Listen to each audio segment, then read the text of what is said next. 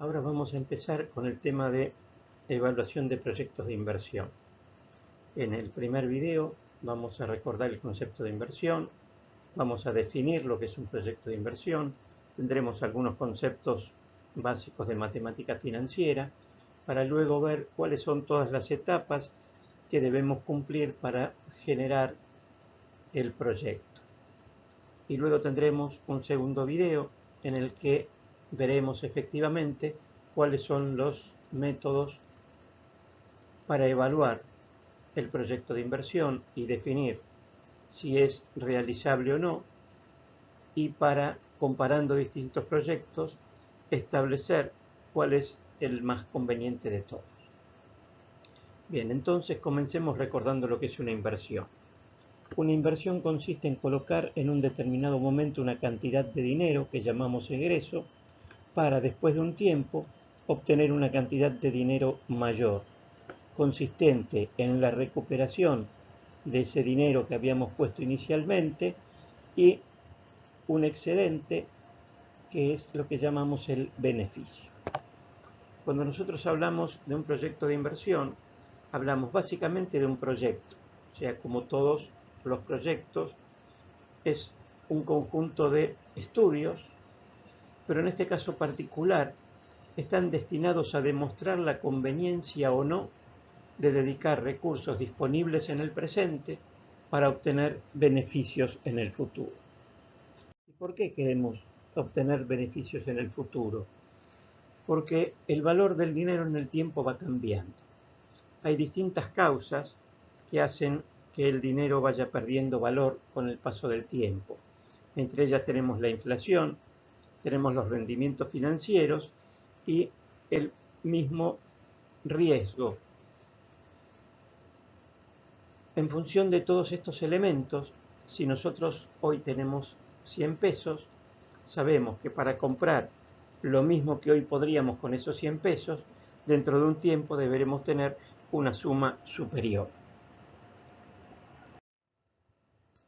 Resumiendo, el concepto del valor del dinero en el tiempo indica que una unidad de dinero hoy vale más que una unidad de dinero en el futuro. Y esto, aún suponiendo cero inflación, sucede porque el dinero puede ser invertido, ganar intereses y aumentar el valor nominal. Si nosotros tuviéramos hoy 100 pesos y lo invertimos a una tasa del 20% anual, dentro de un año tendríamos 120. Y de la misma forma podríamos decir, por ejemplo, en el caso de los descuentos de documentos, si yo tengo un documento que vence dentro de un año a 100 pesos y la tasa de descuento fuera del 16%, esto equivaldría en valores de hoy a 84 pesos. Entonces, vamos a ver cómo se obtiene o cómo podemos calcular el valor futuro de una inversión presente. Y esto lo vamos a hacer a través del interés compuesto. ¿Por qué vamos a usar el interés compuesto? Porque así se comportan los proyectos de inversión. Es decir, nosotros ponemos un dinero, invertimos un dinero, el proyecto empieza a trabajar, genera beneficios, pero estos beneficios quedan trabajando en el proyecto a futuro. Entonces, este es el comportamiento del interés compuesto. Entonces, veamos. Nosotros ponemos un valor presente. Transcurre el primer año, al final del año nosotros tendremos un valor B1 superior a este valor presente que hemos colocado y estará formado por nuestro valor presente más un interés. Si nosotros ahora dejamos trabajando todo este valor B1, al finalizar el segundo año tendremos un valor B2 aún mayor, que estará formado por el valor B1 más el interés de ese año 2. Y si así por un año más colocamos el valor B2 a trabajar durante el año, al finalizar el año tendremos un valor final todavía mayor, formado por el valor inicial que habíamos puesto en el año, que es B2, más el interés de este último año. ¿Cómo se calcula todo esto? Si nosotros queremos calcular el valor final del año 1, o sea B1, este va a ser igual al valor que hemos invertido, o sea, el valor presente, más el interés. Cuando nosotros usamos la I mayúscula estamos hablando interés en monto, es decir, en pesos. Cuando usamos la I minúscula estamos hablando de una tasa de interés porcentual. ¿Cómo obtenemos este monto de interés? Justamente como el valor presente por la tasa de interés con la que estamos trabajando. En consecuencia nos queda que el valor 1, que es el valor al finalizar el primer año, será igual al valor presente por 1 más la tasa de interés. Si ahora queremos calcular el valor 2, o sea, el valor final del segundo año, será igual al valor 1 más la tasa de interés de ese año. Es decir, valor 1 por 1 más la tasa de interés. Pero ahora, el valor 1 está formado por el valor presente multiplicado por 1 más la tasa de interés del primer año y esto por 1 más la tasa de interés del segundo año. Si suponemos, tal como sucede en los proyectos de inversión, que los periodos son iguales y que la tasa de interés es siempre la misma, dado que estamos en el mismo proyecto, esto significaría que podríamos decir que el valor 2 es el valor presente por 1 más i al cuadrado. Si ahora vamos al valor final, o sea, al valor del año 3, tendremos que es el valor del año 2 más un monto de interés. Una vez más diremos que es valor 2 por 1 más la tasa de interés, y esto sería el valor presente por 1 más la tasa de interés, por 1 más la tasa de interés, por 1 más la tasa de interés. Y una vez más vamos a decir, como los periodos son iguales y la tasa es la tasa con la que estamos analizando el proyecto, nuestro valor final será el valor presente por 1 más la tasa de interés elevado al cubo. Si generalizamos esta fórmula de valor final o valor futuro, tendremos que el valor futuro de una inversión es igual al valor presente o valor que se ha invertido por 1 más la tasa de interés elevado a la n, donde, repito, BF es el valor futuro que estamos calculando, BP es el valor presente y es la tasa con la que estamos analizando el proyecto de inversión y n la cantidad de periodos durante los cuales ese valor presente lo hemos tenido trabajando. Si por el caso contrario nosotros tenemos los valores futuros y queremos hallar cuál sería su equivalente en el presente, despejamos de la fórmula anterior y obtenemos que el valor presente será igual al valor futuro dividido 1 más la tasa de interés elevado a la n. Bien, ahora que hemos visto ese concepto básico que vamos a utilizar bastante de matemática financiera, vamos a avanzar con lo que es un proyecto de inversión. Y vamos a decir que un proyecto de inversión es un conjunto de actividades específicas que dependerán de cada proyecto, que tienen un presupuesto limitado, dado que a esta altura ya no es novedad para nosotros que los recursos son escasos, que tiene un periodo de tiempo determinado, es decir, existe un ciclo de vida con comienzo y fin, existe una vida útil del proyecto, que utiliza recursos múltiples, dado que utiliza recursos humanos, capital, recursos tecnológicos, recursos físicos, y cuyo objetivo es obtener una nueva capacidad de planta o solucionar problemas. Los objetivos más comunes que puede tener un proyecto de inversión son superar una restricción que tengamos, satisfacer alguna necesidad, aprovechar una oportunidad.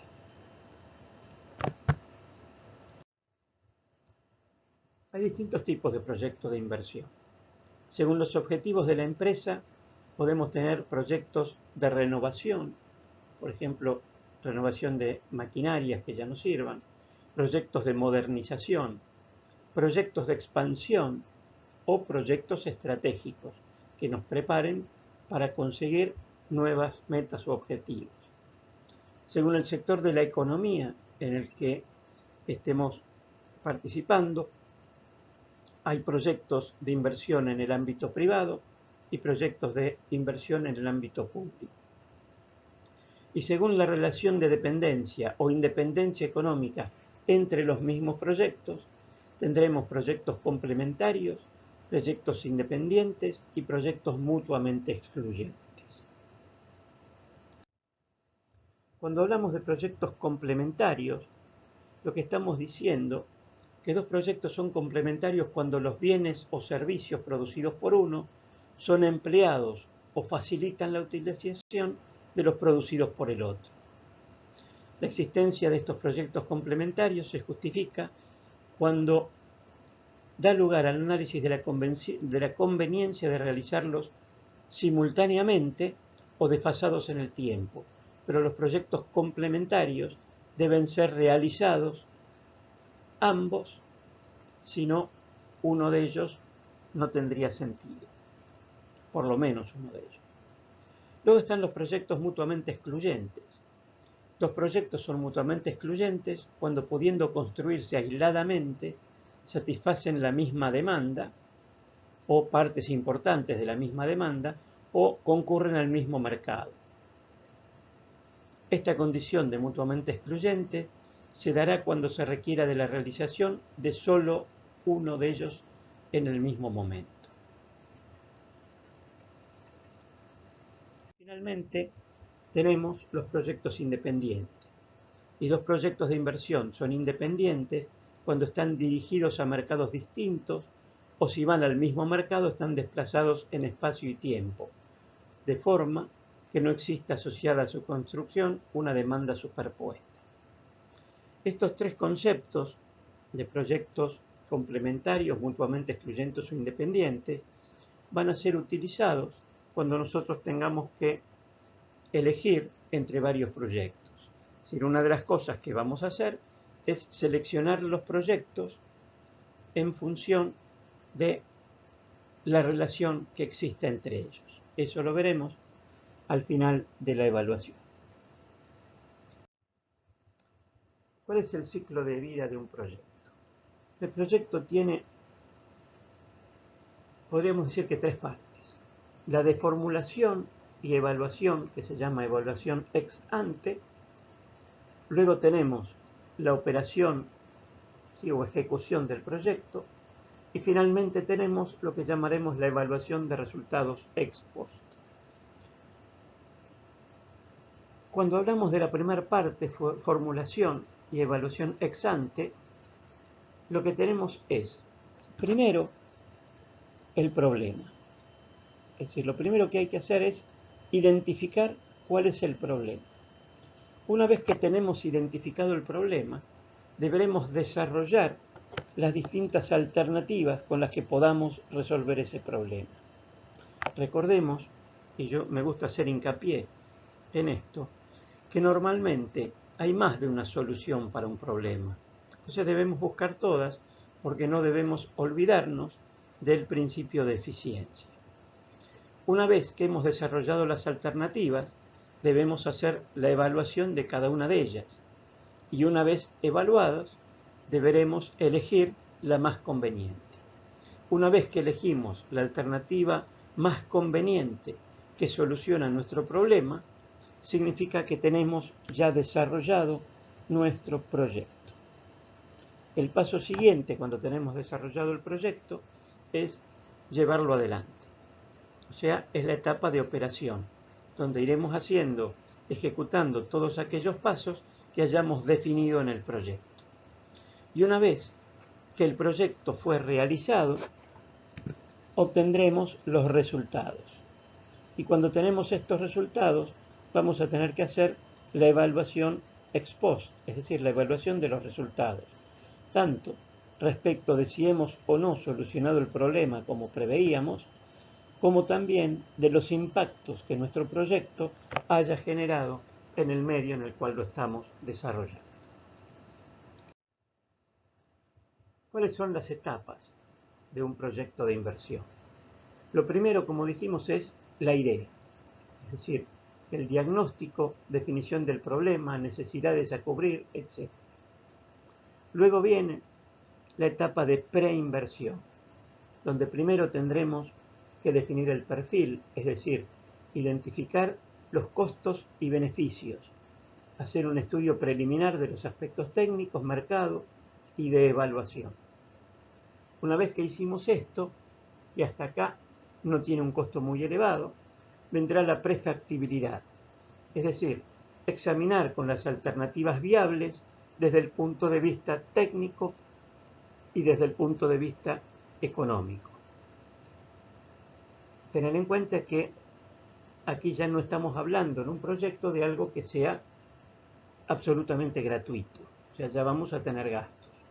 Y si superamos la etapa de prefactibilidad, ya debemos entrar en la etapa de factibilidad, donde toma importancia el estudio financiero, por un lado, el estudio de obras, la coordinación con la organización puesta en marcha y operación del proyecto.